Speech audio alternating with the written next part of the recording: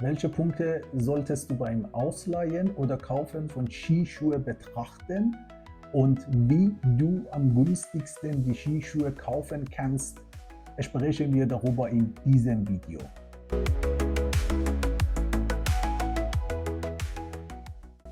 Das ist wiederum Skiurlaubzeit und viele fragen sich, soll ich die Skischuhe wieder ausleihen oder soll ich lieber kaufen? Und welche Kriterien muss ich betrachten? Worauf muss ich achten, wenn ich mir die Schuhe kaufe? In diesem Video erfährst du 7 wichtigste Faktoren, die du dabei oder darauf achten solltest beim Einkaufen oder Ausleihen von den Skischuhen.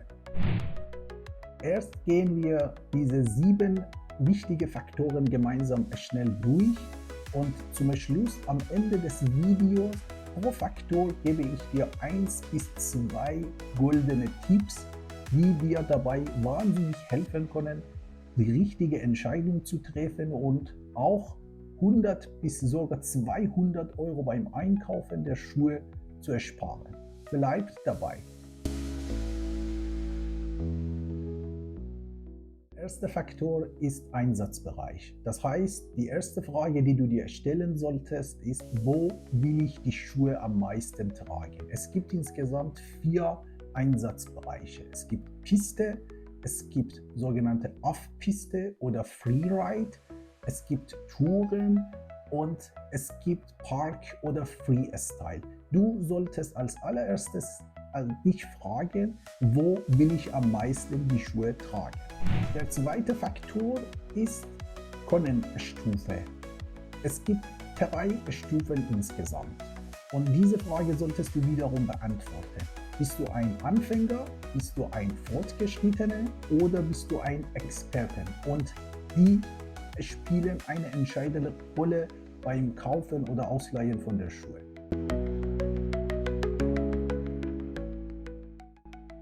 Der dritte Faktor ist Flexwert.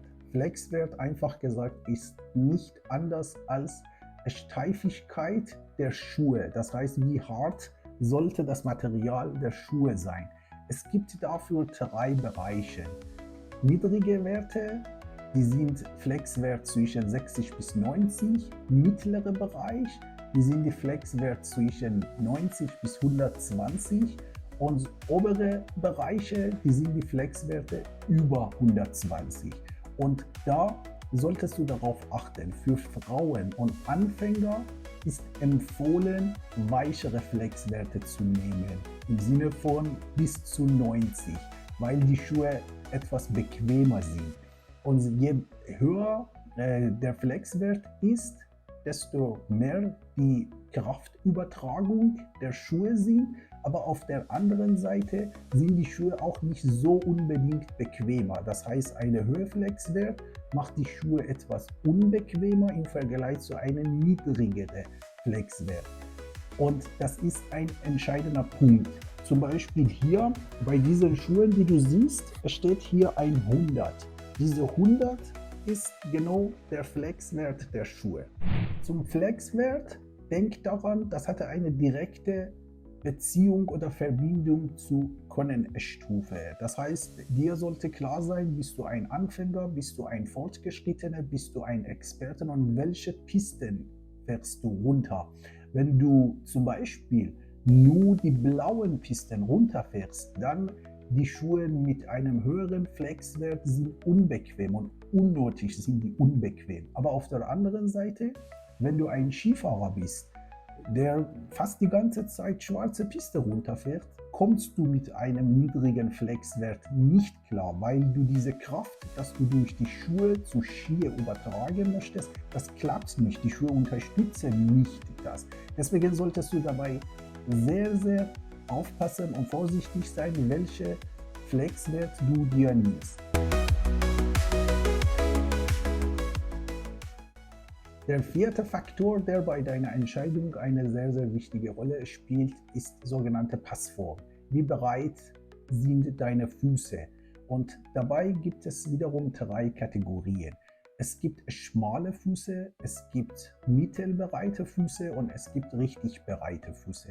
Also bis zu 98 mm, kommt in die Kategorie schmale Füße, für Erwachsene rede ich. Zwischen 99 bis 102 mm ist mittelbreite Füße und alles über 103 mm kommt in die Kategorie breite Füße. Wie erkennst du, welche Skischuhe welche Breite hat? Das wird mit einer Abkürzung gekennzeichnet. Zum Beispiel hier siehst du ein HV und diese HV ist für High Volume, das ist für breite Füße. Es gibt zwei weitere Abkürzungen und die sind LV, das ist für schmale Füße, und es gibt MV, das ist für mittelbreite Füße, und HV ist für richtig breite Füße. Und wie du schon bereits vielleicht weißt, habe ich breite Füße und deswegen passen für mich die HV-Schuhe am besten. Falls du auch breite Füße hast und auch zufälligerweise Fußball spielst, dazu habe ich auch ein separates Video gemacht.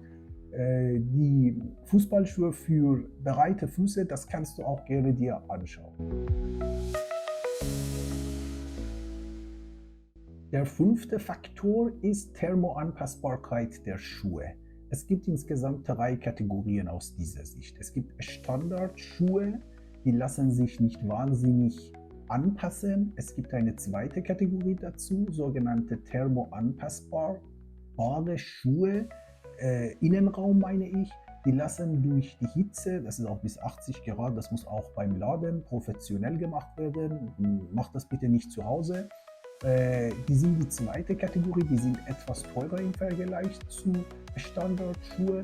Und es gibt eine dritte Kategorie, sogenannte Custom Schal. Diese Custom Schal, dieser Innenraum lässt sich komplett abmontieren, dann wird das zu 100% zu deinen Füßen angepasst und dann wird das wiederum in die Schuhe montiert. Die sind natürlich am besten, am bequemsten, aber auch am teuersten. Diese Schuhe, das du hier siehst, die sind Innenraum-Thermoanpassbarkeit-Schuhe. Das heißt also mittlerer Bereich, weil es mir reicht. Der 6. Faktor ist Kompatibilität mit dem Bindungssystem der Skier. Darauf solltest du achten. Es gibt 3 Kategorien. Alpine Bindungssysteme, sogenannte. Zweite Kategorie ist Tourenbindungssystem und dritte Kategorie ist Hybridbindungssystem. Erste Kategorie, diese Alpine, ist das, was du oft siehst auf der Piste und kennst. Die zweite Kategorie funktioniert mit sogenannten PIN-System. Die sind für Touren, und Hybridbindungssysteme sind kompatibel mit beiden, aber sind natürlich auch etwas teurer. Was hier extrem wichtig ist, du solltest dir die Schuhe kaufen, die mit deinen entweder bestehenden Skiern oder die Skiern, die du in der Zukunft kaufen möchtest, kompatibel sind. Der 7. Faktor bei deiner Entscheidung wegen Skischuhe sind die Isolierung von den Schuhen. Es gibt 2 Kategorien, die Schuhe mit Standardisolierung und die Schuhe mit Sonderisolierung.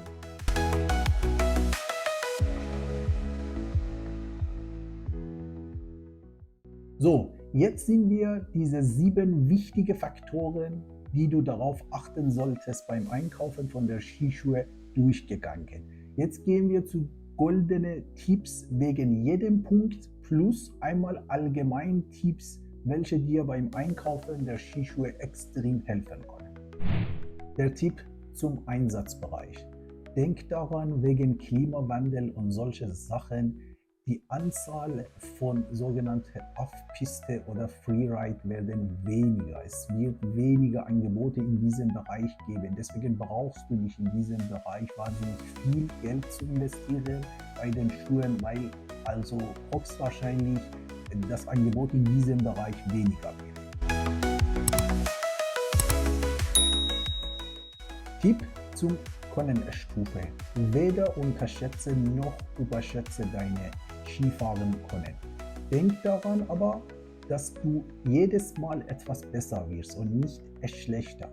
Aber das ist ganz, ganz gefährlich, wenn du am Anfang die Schuhe für Experte kaufst weil du deinen Spaß und deine Lust auf Skifahren sofort verlierst und du musst auch wahnsinnig mehr viel Geld auf den Tisch legen. Deswegen bleibe realistisch bei der Entscheidung während Konnenstufe, aber denke auch ein bisschen in der Zukunft und anhand dessen trifft die Entscheidung. Tipp zum Flexwert. Haben wir darüber ausführlich gesprochen. Hier gebe ich dir einen Tipp. Auch wenn dein Niveau aktuell, sagen wir mal so 90 ist oder 100 ist, nimm 10 noch mehr. Weil, wie eben gesagt, du wirst langsam besser und du brauchst die Schuhe, die diese Kraft auf die Skier übertragen können. Deswegen beim Flexwert nimm lieber 10 mehr als dein derzeitiges Niveau. Tipp zum Thema Passform. Ganz wichtig, Ausmessen der Fußbreite oder auch anprobieren macht immer abends. Wissenschaftlich bewiesen sind die Füße abends halbe bis eine Nummer größer im Vergleich zu morgens. Das ist Punkt 1. Und Tipp Nummer 2, es gibt schon viele professionelle Apps dazu. Auch Fischer, diese bekannte österreichische Hersteller, hat eine wunderbare App. Das kannst du auf dein Handy installieren. Du machst Foto von deinen Füßen und durch KI wird das durchkalkuliert, welche Passform für dich am besten ist. Aber nochmal, immer abends.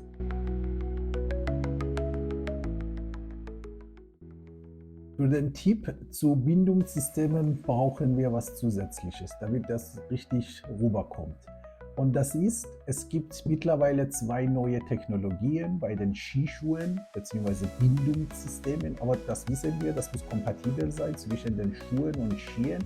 Und diese 2 neue Technologien heißen einmal Grip Vac und einmal Vac Mode. Beide Funktionen sorgen dafür, dass du einfacher und bequemer und sicherer zu Fuß gehen kannst. Und das ist etwas, das du beim Abriss-Ski brauchst, dass du einmal komplett von den Skiern runterkommst und einmal bei der Kneipe, wie auch immer, die Toilette ist vielleicht in den Keller, ruhig und sicher und ohne Problem zu Fuß gehen kannst. Ich würde dir auf jeden Fall empfehlen, Gripvac auf jeden Fall zu nehmen. Vac Mode finde ich auch eine sehr gute Funktion. Kannst du dadurch also deutlich einfacher zu Fuß gehen. So, jetzt Prost bei diesem Punkt.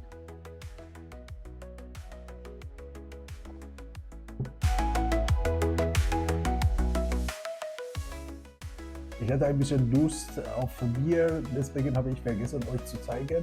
Aber jetzt kann ich das machen. Wo könnt ihr das erkennen? Zum Beispiel meine Schuhe unterstützen diese Gripvac. Das seht ihr einmal hier.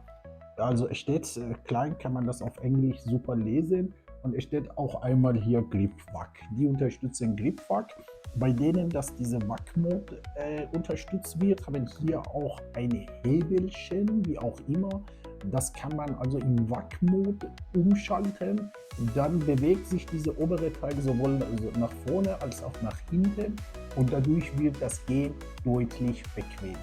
Tipp zur Thermoanpassbarkeit. Hier auch, wie gesagt, macht das definitiv abends, beziehungsweise lasst das abends gemacht werden. Punkt A. Punkt B, lasst das definitiv bei einem professionellen Laden. Die Schuhe kosten also mindestens 200-300 Euro.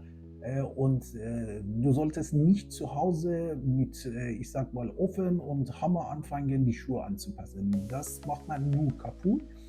Und noch wichtig, Punkt C ist, plane ein bisschen lockerer. Das heißt, die Schuhe sollen auf gar keinen Fall Druck machen. Wenn die Schuhe Druck machen, dann verlierst du sofort deine Spaßlust auf der Piste. Und das merkst du nicht am Anfang in den ersten Stunden, sondern wenn du 3-4 Stunden schon gefahren bist und die Schuhe ein bisschen Druck machen, nach 4 Stunden merkst du schon, okay, der Tag ist vorbei und das macht keinen Spaß. Zum Thema Isolierung, hier ein Tipp. Verschwende dein Geld nicht für diese Schuhe mit Sonderisolierung. Du kannst mit unter 20 Euro Top-Socken kaufen, die sind überragend, die kannst du auch bei Wanderung oder tragen.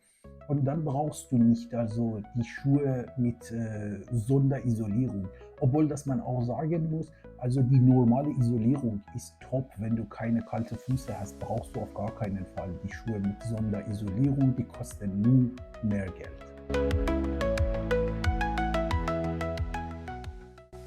Jetzt kommen wir zu allgemeinen goldenen Tipps dazu. Punkt 1.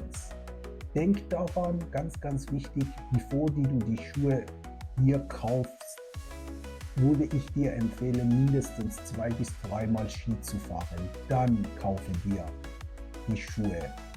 Punkt 2. Überleg dir, wie oft du im Jahr Ski fährst. Ich würde sagen, wenn du mindestens einmal im Jahr einen Skiurlaub machst, lohnt es sich, weil also beim Laden auszuleihen kostet ungefähr für eine Woche 20 bis 40 Euro, je nachdem. Aber noch wichtiger, kostet dir massiv Zeit. Das heißt, du musst die passende Schuhe finden, dann trägst du die, dann gehst du auf der Piste, hast du für die Skipass bezahlt, mittlerweile 60, 70 Euro pro Tag. Und dann merkst du, boah, die Schuhe machen Druck, dann kommst du wiederum runter, dann musst du wiederum zum Laden. Und das ist also, das kann man sich ersparen. Von daher würde ich dir empfehlen, als allererstes erstmal die Klamotten zu kaufen, wenn du richtig ein Anfänger bist. Aber nachher direkt, wenn du 2, 3 Mal schon Skiurlaub gemacht hast, kann ich dir sehr gut empfehlen, die Schuhe zu kaufen, weil das etwas ist, das viel Spaß bringt und dadurch du wahnsinnig viel Zeit sparen kannst.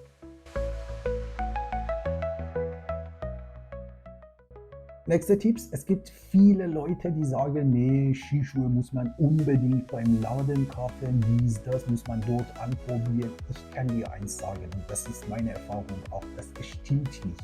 Wenn du diese 7 Faktoren richtig betrachtest und ein bisschen gut recherchierst, kannst du schon die Schuhe online kaufen. Und eins kann ich dir auch schon sagen, bei den aktuellsten Schuhen, wenn du die online kaufst und ein bisschen recherchierst, eine Stunde würde vielleicht reichen, kannst du sogar bis zu 200 Euro dir ersparen im Vergleich zu das beim Skigebiet und auch noch schlimmer in der High Season, also die beim Laden kaufst. Da kostet 100 bis 200 Euro dasselbe Modell, oft mehr.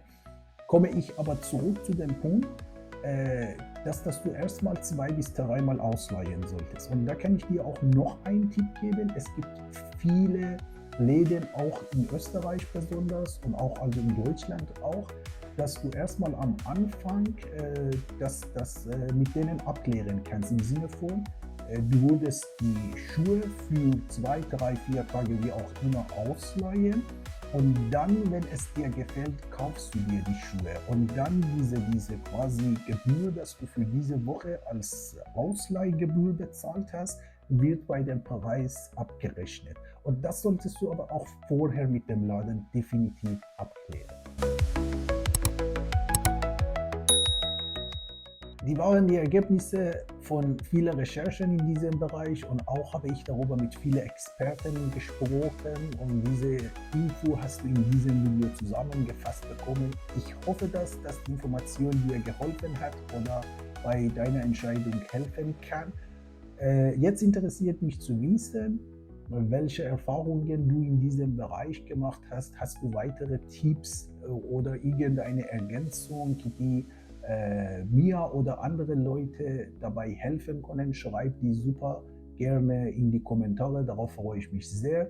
Wenn das Video dir gefallen hat, freue ich mich sehr auf ein Like, teile das super gerne mit deinen Freunden und auch zur Info, ich werde auch ein zusätzliches Video ähnlich aber wegen Skiern machen, was du darauf achten solltest beim Einkaufen von den Skiern. Abonniere super gerne den Kanal, um die neuen Videos auch nicht zu verpassen. Und ja, ich freue mich darauf, uns hoffentlich bald auf Piste zu sehen. Tschüss!